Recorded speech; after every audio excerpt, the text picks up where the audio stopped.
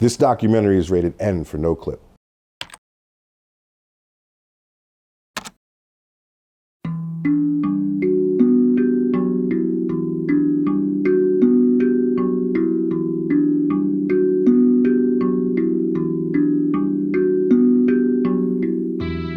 Over the past 25 years, video games have evolved in almost every conceivable way, giving birth to new genres, new ways of playing, and experiences as varied as the people who play them. But there's one thing each of these games has in common, regardless of the type of game, who it was aimed at, or the console it came out on. Each of these games has passed through the hallowed halls of the Entertainment Software Rating Board, the ESRB. The ESRB is a self-regulatory organization that is responsible for assigning age and content ratings to every video game released in America. And while countless games have been through the doors of the ESRB, the organization has never opened its doors to the media. No journalist, let alone a camera crew, has ever been allowed inside. But that is about to change. In celebration of their 25th anniversary, the ESRB extended a special invitation to Noclip. So we spent 2 days at their offices, chatting to the folks who work there, learning about the work they do, and sitting down to interview a select few. The ESRB, by the very nature of its work, has always had an air of secrecy around it. And if our experience interviewing developers has taught us anything, it's that in a vacuum of understanding, misconceptions run riot. So we aim to use this opportunity to clarify what the ESRB does, to uncover their processes, their motivations, and how the work they do impacts gamers and parents every single day. Our mission today is to uncover how exactly the ESRB rates video games, to answer the question of who it is they ultimately answer to, and to see whether or not this relatively small organization is able to keep up to speed with the incredibly fast industry they preside over.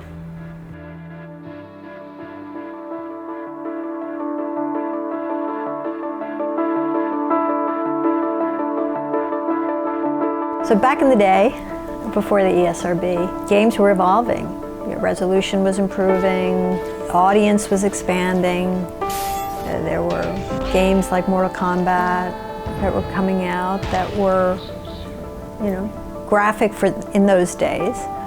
Doom. And there was no consistent standard. There were some attempts at ratings, but there were no standards. And the government, particularly two legislators, two senators, started to really question whether the industry was, acting responsibly, and if the industry didn't create some standard, that they threatened that the government would. So they held a series of hearings. The industry quickly assembled itself and created a trade association and created the ESRB. But up until that point, there was really no consistency and no collaboration, or no even will to collaborate on it. So '94, we started assigning ratings. When did those initial ratings first get established? Well, we had film ratings, but I think they realized that they wanted to create their own system. And I'm sure there was a lot of debate, having not been around in those days. I'm sure there was a lot of debate about which ages, which thresholds, and when we've changed the ratings over the years. We started out with a K to A, which is now our everyone rating. We didn't have an everyone 10 plus. We just had an K to A, and then it went up to teen. Now we have a rating in between. We were the first rating system to have both age rating categories and content descriptors, because our research at the time indicated that parents really wanted to have both. Age ratings are great, but parents want to know why you got a particular age rating, because parents have different opinions about different types of content. Some parents may be okay with violent content, but not sex or language. Other parents may be more comfortable with sex or language, but not violence. So it's really important to provide both parts. And now, of course, we have a third part, which is interactive elements, but that's much later. Before we dive in any further, I asked Pat to clarify a few things from the outset. First of all, the ESRB are often conflated with the ESA, the Entertainment Software Association that runs E3 and lobbies government on behalf of many major publishers. So I asked Pat to clarify the relationship between the two organizations and to give us the answer to that age-old question: can the games industry effectively self-regulate itself? Technically, we are part of the ESA. We operate independently. Obviously, they're in DC, we're in New York. We have a completely different mission. They're very member-driven. We are taking industry-adopted guidelines and enforcing them.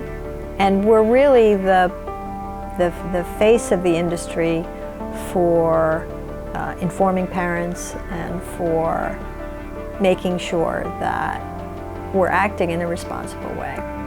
And it's just a very different sort of mission. But the board, our board of directors, is the same as the board that runs ESA. They put their good citizen hats on with me and do the right thing. It works because they're bought into it. They believe that as an industry, self-regulation is the best approach. My attitude is self-regulation. The proof is in the pudding. We've been around for 25 years. Parents trust us. They use us. What more can we do to prove that we're serious about what we do and we're good at it? So, are the ESRB good at what they do? It's a good question, and to find out the answer, we're taking a look at 3 core responsibilities that the organization undertakes. First, we're going to take a look at how games are rated. Then we're going to explore how the ESRB enforces advertising standards in trailers, commercials, and print ads. And finally, we're going to take a look at how, if at all, the organization has evolved with the times, whether or not they have effectively adapted to new challenges, such as digital distribution, indie self-publishers, and the desire that many gamers have that they step in on the issue of loot boxes. Our first stop today is with the ratings team, but before we learn how exactly they rate games, there was one question I'd had on the back of my mind all day. What type of person works at the ESRB? So I was actually out of work for a little bit.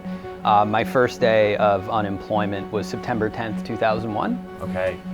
In New York City. And I decided I would start looking for work the next day. And of course that was September 11th, so that was exactly 18 years ago today. It was really hard to find work in the city. Nobody was hiring. Everybody was in shock at first, and then after that, there was questions of where people were gonna even have their offices and things like that. And my downstairs neighbor actually worked at ESRB, and I would sort of jokingly say, when are you gonna get me that video game job? Which kind of kept on going and going and going, and so I started to kind of expand the sort of things I was looking for outside of software development, and eventually he got called into the police academy. So he said, hey, there's this job opening up, and then I started August 2002. My story is also related to another employee who actually is still here, Shane Spalding. He had recently started working at the ESRB. I had met him a couple times, but he knew I was a big gamer, and gaming was pretty much my life at that time, and it still is, and will probably always be. He brought in my resume, and I came to the job interview with a paper that I had written for a class in college. You should have seen this. It was for an electronics media policy class. So I was in an electronics media program, but at the time, there weren't really a lot of specialized video game programs, but I tried to steer it towards gaming as much as I could. So I figured in this course, I would kind of deviate from what the assignment was a little bit and write a paper about the ESRB.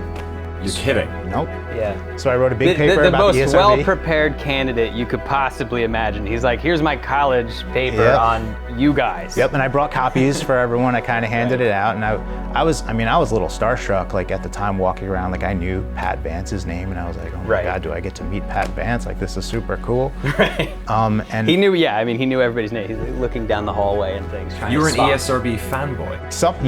Kinda. Yeah. Right. So yeah, I came in here with that stuff, and I think you had said in the past that you were close to hiring somebody else. Well, you had the book report, though. I did, so, and I think that puts you over the top. I dropped it, thudded on everyone's desk, resounding, and here I am. Yeah, no, I definitely, we've talked. I will wake up in cold sweats thinking, oops, if I didn't hire, like that's the nightmare, like I accidentally didn't hire Rocco. So I do like that I can still be the source of your nightmare. yeah. No, that's true. That is true. Yeah. Video games aren't the only form of media to contain age ratings, but the challenge of applying those ratings is surely unique. A movie can be watched over a couple of hours, a music album even less time. But to apply the same level of scrutiny to an interactive medium where games can contain dozens, even hundreds of hours worth of bespoke player-led content seems like an impossible task. During our time at the ESRB, we were given one caveat. We weren't allowed to film the raters. They work under anonymity to protect themselves from publisher influence. The raters come from all walks of life, but are chosen based on a certain level of video game literacy and experience with children. They work in a private room, viewing hours upon hours of video game footage every day. But that's just one piece of this process, so we asked Rocco and Bill to take us through the procedure of rating a game. The first component is the online submission form. So that's basically a web form that you fill out where you tell us about your game, you tell us, you give us some general information about the game, how it works, what you do, and then you tell us about your pertinent content. That's our important ESRB defined term. Pertinent content means the most extreme content in your game in its relevant context. So we don't want to see just your violence. We don't want to see just your sex. We want to see the build-up, the lead-up. We want to see what happens after a head is cut off. Why is it getting cut off? What happens? What's the aftermath? Yeah, we don't want an extreme content montage where it's just decapitation, decapitation, decapitation. So show us the lead up, like he was saying. Yeah, it can bias people to have them see something that's more extreme. It doesn't really get into the context of the game. Most games have, violence is a primary mechanic in a lot of video games, but there's story, there's all sorts of other stuff that it's not the only thing that you're doing. So you fill out, they're essentially like long form essay questions where you tell us about the violence, the sexuality, the gambling, the language, the crude humor, the different content categories that we care about and the parents care about. And you basically write the most extreme instances, and then you at the same time prepare a video. You upload an HD video, generally in your game's target output resolution, to our secure FTP, and that enumerates the things that you're talking about on the form. So that gives us the examples, it gives us the context, you show us low-level play, mid-level play, cutscenes where appropriate. We try to put it in front of our raters in a way that is as similar to what an end user would experience without actually having a controller in your hand. So you upload that to us, you agree to our terms and conditions, which says what you can and can't do with the rating, you pay a fee. Then that comes in to my staff. My staff goes through everything, works with the publishers to make sure that it's appropriate, that it's how we would expect it, that it does a service to your game, that you're not sending us an extreme content montage. As we said, we polish it up, and then it goes in front of our raters. Yeah, and as long as everything's good, we have all the materials that we need. At that point, we'll set it up in front of raters who will review it. There's at least 3 raters. They're anonymous. There's a big wall between them and publishers. They're not allowed to speak to publishers or talk to press or anything like that. We're not allowed to film them. Right, you're not allowed to film them. So they're allowed to do their job in an unbiased and unpressured way. They can just react to content. So they'll go into the rater room, they'll review the footage, and after that, they'll come into this office, and we'll have one of the raters is designated as the foreman, and they'll come in and they'll discuss the rater feedback. The foreman will also draft the rating summary. And James Chang, Director of Rating Assignments, will also come in and he'll do what's called a parity analysis, where we'll look at similar rated products in the past and make sure that everything is consistent with precedent and all that. After that meeting, the rating's finalized, the publisher gets it. If they're happy with it, which most of the time they know what they're going to get, most of the time they have an expectation and it's aligned with that, that's sort of the end of the process. If they're not happy with the rating or they have questions about it, we're happy to tell them why it received the rating it got. If they want to edit the product to get a different rating, they can do so, but that starts the whole process over again. And we don't tell them what to do either, which is a critical point. We just inform them why it received the rating it got. We don't say, if they say we got to mature, we wanted a teen, we don't say, well, do this, do this, do that. We say, here's what triggered the mature, and go through that, and then they can take whatever creative choices they want to make to achieve their goals. I would say they average between 30 to 45 minutes, but they can go as long as 4 to 5 hours, sometimes even longer than that. In very, very rare and isolated instances, which is really tough for us because that can be longer than a business day, and sometimes we have to split the session over 2 days. We want to avoid that. The majority of stuff can be accomplished in under 45 minutes, we think. Dialogue-heavy products can be tricky. Sure. Because then you're looking for sort of specific lines. Core mechanic repeats a lot throughout the gameplay, so if it's just talking about it's a fighting game, you know, the fighting mechanic repeats over and over again. So that's a little, I think, probably Yeah, easier. like a bigger open world game or Yeah. something is going to be harder. It's going to, you know, take more time, and generally the videos will be longer, the submission will be more dense than something like Tetris or whatever. The process of rating a game usually takes between 5 and 7 business days, but that's assuming everything is disclosed. So I asked the guys what happens when pertinent content isn't disclosed, when the ESRB finds inconsistencies between the game footage and the paperwork. There's two main time periods. There's during the process and post-process. So post-process is much more serious. We discover something when it's been released, but there's in-process violations. Yeah, so that's, you know, part of the compliance part of my job is dealing with those types of issues. So we have what's called a clarification, which is exactly what it sounds like. Hey, what's up with this? Explain it. And then if it's a particularly egregious omission, either on your video or on your form, we have our enforcement system. We can give an in-process enforcement. We call them Class C violations. Those are the more serious of the in-process things that we can do, and you have 2 warning points built into that. So the first 2 don't come with a fine, but beyond that, you can get fined for more egregious issues of non-disclosure when your games are in here. But that's how we deal with it. The majority of stuff when we have an issue during the rating process, it's a clarification. It's just an email. It's like, explain this mechanic, explain this issue. Why didn't you talk about this? Blah blah blah. And generally, that's the end of it. But if it's a more serious thing that they missed, and you know, it's not people trying to hide stuff from us. Yeah. It's usually new people that just missed something, people where it's buried in their game. They didn't think about it. They didn't think they needed to Software's disclose it. complicated. It moves quickly. Things are getting developed, and it's. We have never seen an example of someone trying to hide something. There's really Benefits no nobody, benefit to yeah. them to do it. We don't think anybody's trying to game the system. It's generally when we find stuff, it's smaller in nature. No one misses disclosing the violence in a fighting game, for example. It's generally, there's a character page and someone says they like wine, and that's the thing that they missed. So post-release would be if we discovered something that was on the shelf, and those are more serious violations. It's essentially the same thing where they get a letter and they have to update the packaging and update the product. But similarly, there's points and fines associated with it. And they can go up to $1 million, actually.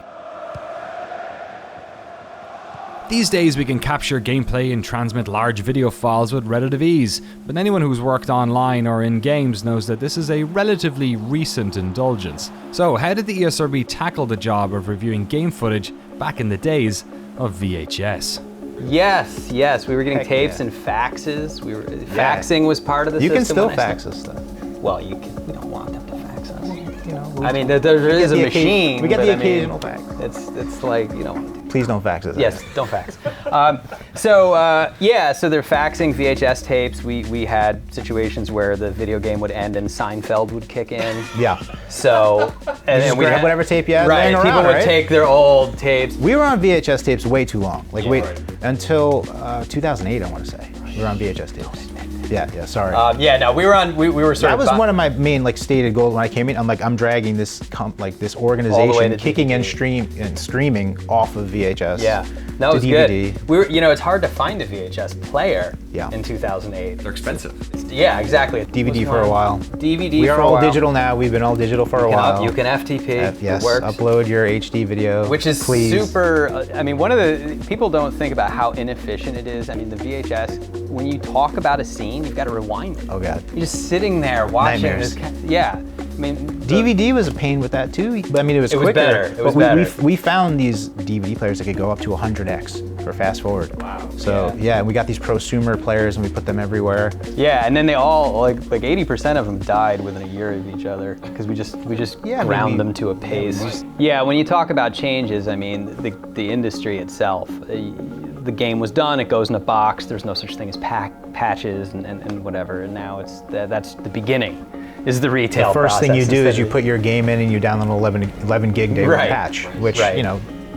15 years ago, you got your cartridge and that You were cartridge done. was never patched. Right. They might do another manufacturing run to fix some bugs or something, but you would never know.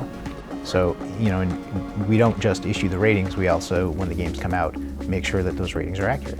So that's another part of what I oversee here is our post-release testing process, where we try to test all the new long-form games that come out or all the new long-form games that people are caring about, put at least 4 hours, if not more, of testing into every game that comes out, and just to make sure that what they told us during the submission process is accurate. And that's a great point, because we also recently updated our system to help identify products that have long content plans post-release. Special editions often have season pass and things like that. So that helps flag it for us to know that not only do we need to do that initial big test, but we'll probably need to keep checking it over the years to make Games sure. as a service is such a big thing that you could buy a game and then play it 5 years later and it will be totally different. So we need to keep looking at it. The ratings team is just one part of the enforcement responsibilities that the ESRB has. Directly across the hall from them are the team responsible for making sure that every piece of video game marketing that reaches a consumer abides by a set of ESRB guidelines. Dave Gossett came from the music industry and was used to managing rappers and rappers' managers during the golden age of hip-hop. These days, he's the director of ARC, ESRB's Advertising Review Council. They're the folks responsible for making sure that every trailer, TV commercial, billboard, and advertising have appropriate content and are targeting the right demographic. And while you may not have heard Dave's name before, you've almost certainly heard his voice. I've been at the ESRB 19 years. This will be my 20th year in December. Congratulations. Thank you. Are you getting anything for it? Am I getting anything for like a gold watch or something Cake like that? or, yeah. I'm sure there'll be something pleasant. Somebody told me you also have quite a famous voice. Absolutely. I consider myself the voice of the industry. For those that know. Rated M for mature. Publishers can use whatever voice actors they want to create the voiceovers that are required in our television spots. But there would be occasions when they didn't have a voice actor and they said, well, do you guys provide the voiceovers? And at that point we didn't. So myself and a young man named Blake Christiana, we took a day in the studio and he engineered the session and I recorded all of the voiceovers. So we actually have a professional voice actor who provided voiceovers for us in English and other languages, and then my voice. And we actually took my voice off after we had the professional voice actor do it, but all the publishers called back and was like, where's the other voice? And so it's nice to be in a bar, during NBA playoffs and commercial for a basketball game and you hear Rated E for everyone, that's your voice. Rated E for everyone. Can you do it now? Rated M for mature. Rated E for everyone, rated T for teen. We're responsible for ensuring that video game advertising is appropriately labeled with our rating information and equally as important, if not more important, appropriately targeted to the audience that it's meant for. So how do you, I guess, go about, not sure if policing is the right term, but enforcing that or guiding people? Are there specific guidelines? I think policing, enforcing, and guiding are kind of all the right terms. On our website, we have a publisher section, and publishers have access to what we call an ARC manual. And inside that ARC manual are all of our requirements for marketing and advertising guidelines, for rating icon placement, and content descriptor font size, kind of all the technical stuff. And then we have a section called Principles and Guidelines for responsible marketing and advertising practices. And that's where we kind of get into the discussion about content and what is and isn't acceptable in ads and its various media or mediums that the advertising occurs. There's television, magazines, a lot of social media now. Out-of-home advertising is huge, your billboards and your posters. So I'll do, Times Square or, LA Live. They get really big. They can be, just normal sized, poster or billboard somewhere on the highway, but some of these budgets are pretty big, and you'll have a huge AAA title where you've got like... So like E3? E3, I look at all that stuff before E3 happens, absolutely. What about the stuff on the Hotel Figueroa? Hotel Figueroa, I know the requirements like the back of my hand. I know exactly what they are, what we require, what the Hotel Figueroa requirements are, and that's always one of the first things we look at when we show up to the convention centers. We look at the Hotel Figueroa and see how huge the rating icon is. I mostly focus on content, and the content is usually in television spots, in trailers, in general audience videos or paid advertising videos for use online. So I'm constantly looking at the content that publishers provide us and kind of going through frame by frame and saying, okay, for television, we apply our guidelines most stringently, so this scene here, this depiction of this graphic or violent act isn't compliant with our guidelines, so you need to edit or remove that scene. And that's really what I do on a day-to-day basis, all day long for all the publishers who submit. I'm very sensitive to television commercials because, that's a passive audience. So you're just sitting at home, watching a game or, some show, and then a video game advertisement comes on. That's kind of where we apply our guidelines most stringently.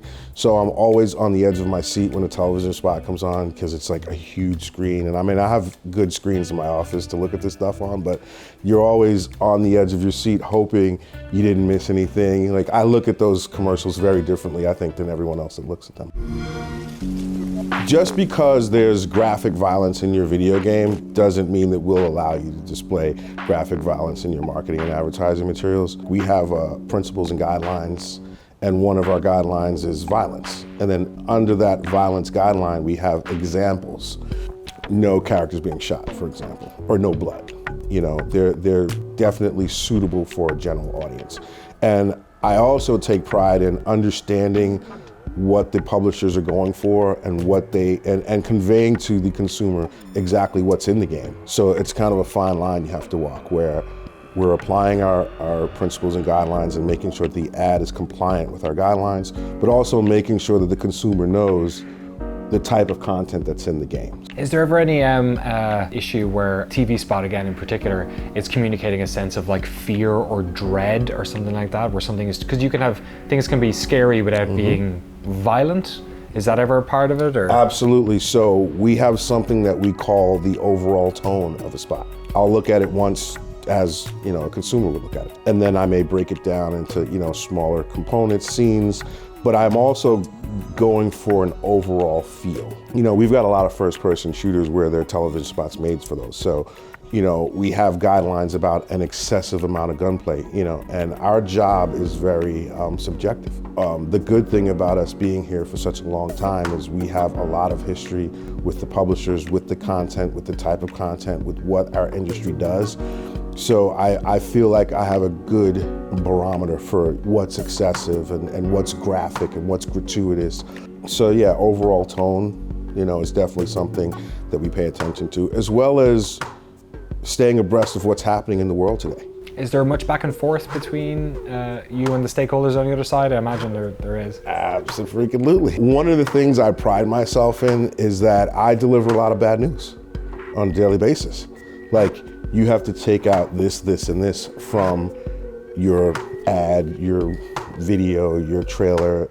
We as a department encourage the back and forth.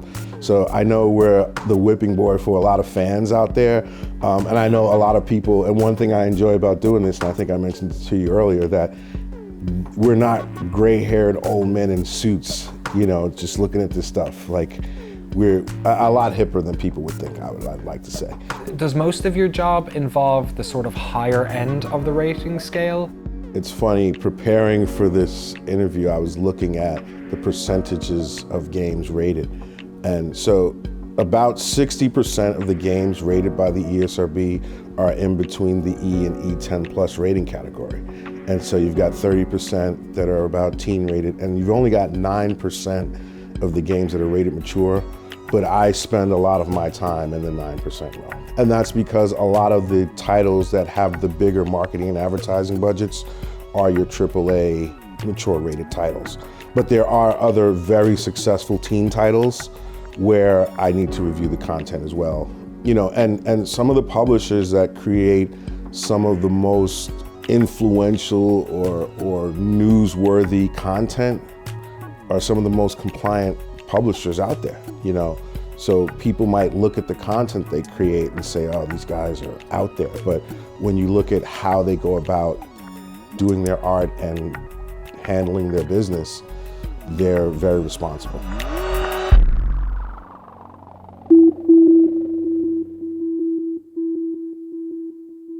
Today's video game industry is almost unrecognizable from how it appeared when the ESRB was first founded.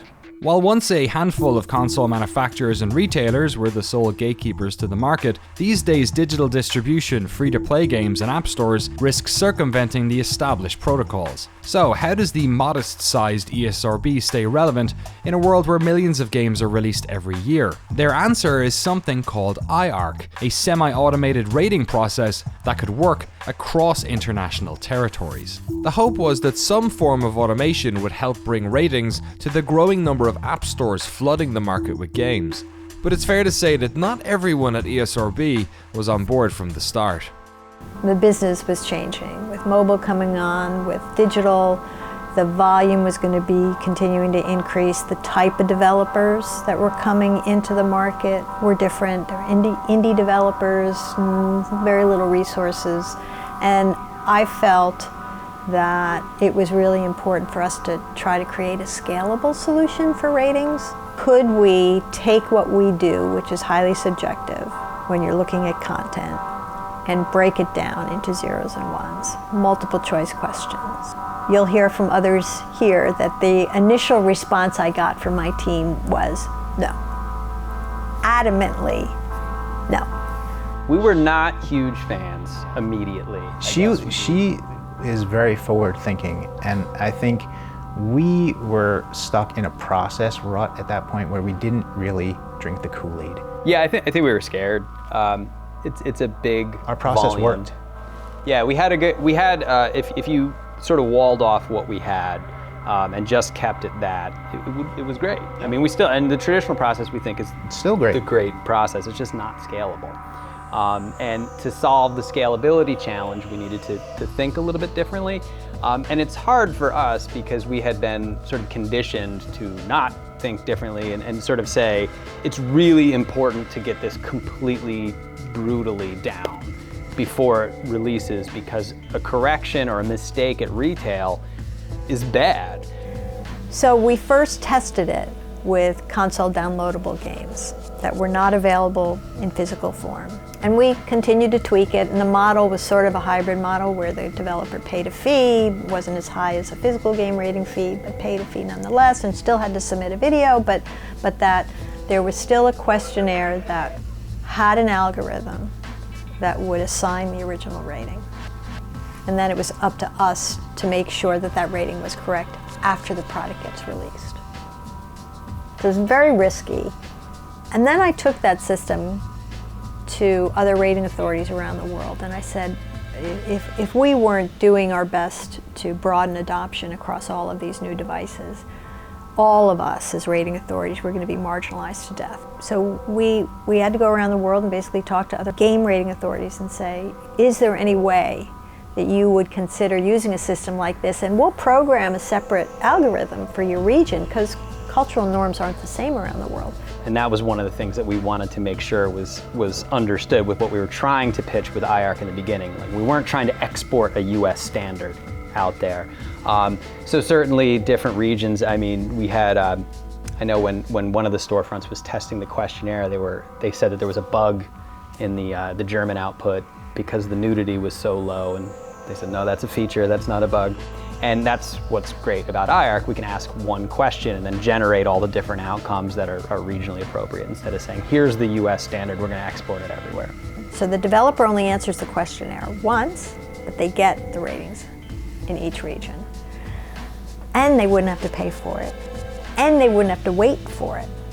Because in the traditional ratings business, you have to submit to each rating authority, you have to pay a fee, they each have their different timelines. So we were eliminating all of that with the system.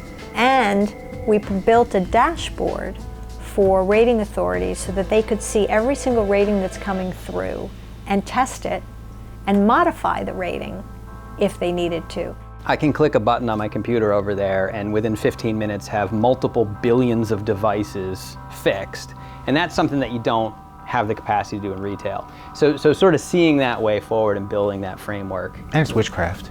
Yeah, it is. Like, the fact that you can click a It's button, dark magic, really. It's not, and that's you can how it works. be in like Africa on your Android phone and the rating is up. Like, that's, Yeah. How does that? So Ooh, it's crazy. That's how we can get there and make it work. As long as it's implemented well by the storefront, it really does work like a charm. It does exactly what what we intended, which is to control the rating that's displayed in the store, give rating authorities the ability to customize by region, and to monitor the accuracy of the ratings that are being assigned and be able to modify them very quickly. With IARC, the ESRB developed a new mechanism in anticipation of future change. But what happens when change comes out of nowhere and they are forced to adapt on the fly? A recent example of this is when Limited Run Games attempted to release limited edition boxed copies of small indie titles. These were digital games that had never had a physical edition and so hadn't been through the full rating process. The cost required to get a rating would have been so high that it then didn't really make business sense to do the limited edition physical version. When news broke around this, the ESRB were criticised for not having a mechanism in place for these smaller teams. So I asked Rocco and Bill how they were reacting internally. So we built a new process around that too, called the digital to physical rating process, which essentially leverages some of the work that's already been done through the digital rating system. It still has to come through the traditional process, but it's a little quicker, it's a little cheaper for them to do that. It's our cheapest rate. Yeah. And then so basically you need to have been out in a digital form with a valid digital ESRB rating for 90 days. And then you're eligible for that. And that's generally how most of the limited runs, strictly digital, the Devolver, all of those types of games come out. So those come through us pretty frequently, and those guys are the ones that need a lot of hand-holding because they're generally smaller teams, and they're not super familiar with the process. And at the same time, a lot of those people are the coolest, and we're just happy to hold their hands because their games are like, if your game is a digital game and is successful enough to get a physical, then you're generally pretty happy and excited, and it's a cool thing. So a lot of them are happy to come through us, even though those submissions do need more polishing from time to time. We don't want to block people out from the rating process, so we try to be accommodating where we can. We're pretty quick to deal with stuff like that. The industry moves really, really, really fast, and it's hard to stay ahead of it, but I think we're pretty good at it.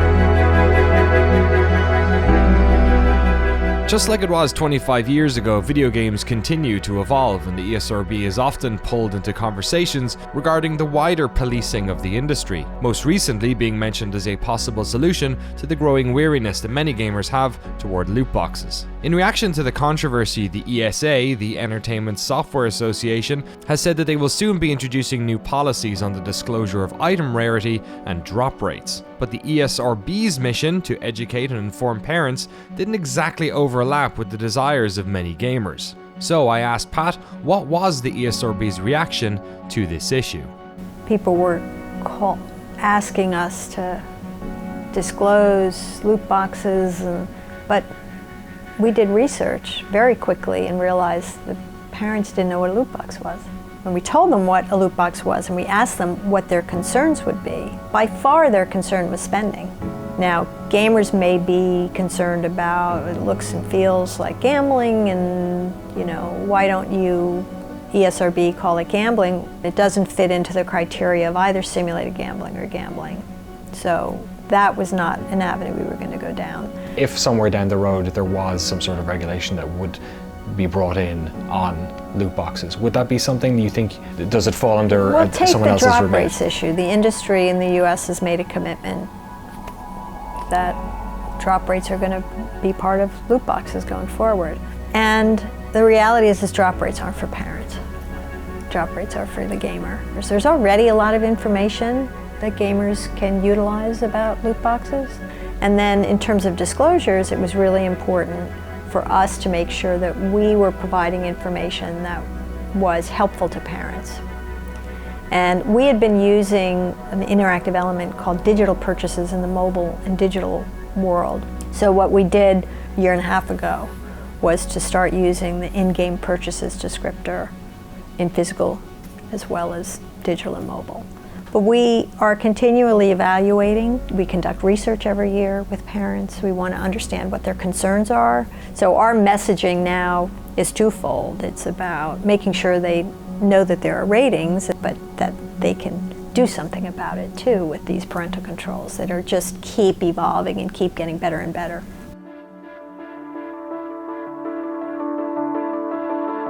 This was the first time the ESRB had let cameras in the door, and from talking to the folks around the office, you get a good idea of why.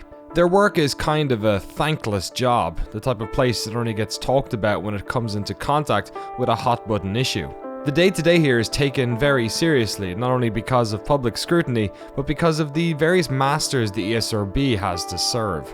For them, that means the government, who requires a high level of enforcement and parental awareness, developers who need games to be rated quickly and accurately, and parents who want a trusted source when it comes to choosing games for their kids. As a regulatory body, their performance is audited frequently, but we don't really hear much about what they do on a day-to-day. Perhaps that's why they let us through the doors, to try and give us some insight into the difficult work they do here every day. There's a lot more that goes on here. The ESRB Retail Council, for instance, is responsible for auditing stores and monitoring enforcement of sales. In fact, during Pat's tenure as director, video games have achieved the highest level of retail enforcement of any industry, a statistic that means quite a lot when certain people in Congress are looking for an excuse to blame video games for real-world atrocities. And while the work here may be difficult, it's clearly work they feel rewarded by. So before I left, I asked some of them what it was about working at the ESRB that makes them stick around. I've always wanted to work in the games industry, and I did some game writing and stuff when I was younger, but I didn't want to pick a company and go work for that company. Here I get to work with every company, literally every company around the entire world, and I mean, that's awesome. And then we get to deal with, you know, your digital games, we get to deal with apps, we get to deal with every challenge, we get to deal with games as a service, free to play, like everything as it comes in, we're addressing it. And so you're not doing the same thing over and over again. It's constantly being refreshed and it's constantly vibrant, and I think that's why people stick around. We do believe in the mission. We're really proud of what we've been able to accomplish here, and I think we do have new challenges and we keep on adapting to it. So it's not just sort of stamping the ratings over time. The job isn't stagnant. Yeah, the job moves, it has the industry changed moves. so much, Yeah. and we've been part of that change. We've been able to shape that change. For me, the public service component of it is really compelling. It's not just that you're in the video game business, but you're actually providing a real valuable service to the public. And you're helping the industry self-regulate and protect itself from regulation. So I think the whole mix is a really unique and compelling mix. At the end of the day, it's sort of it's worth it.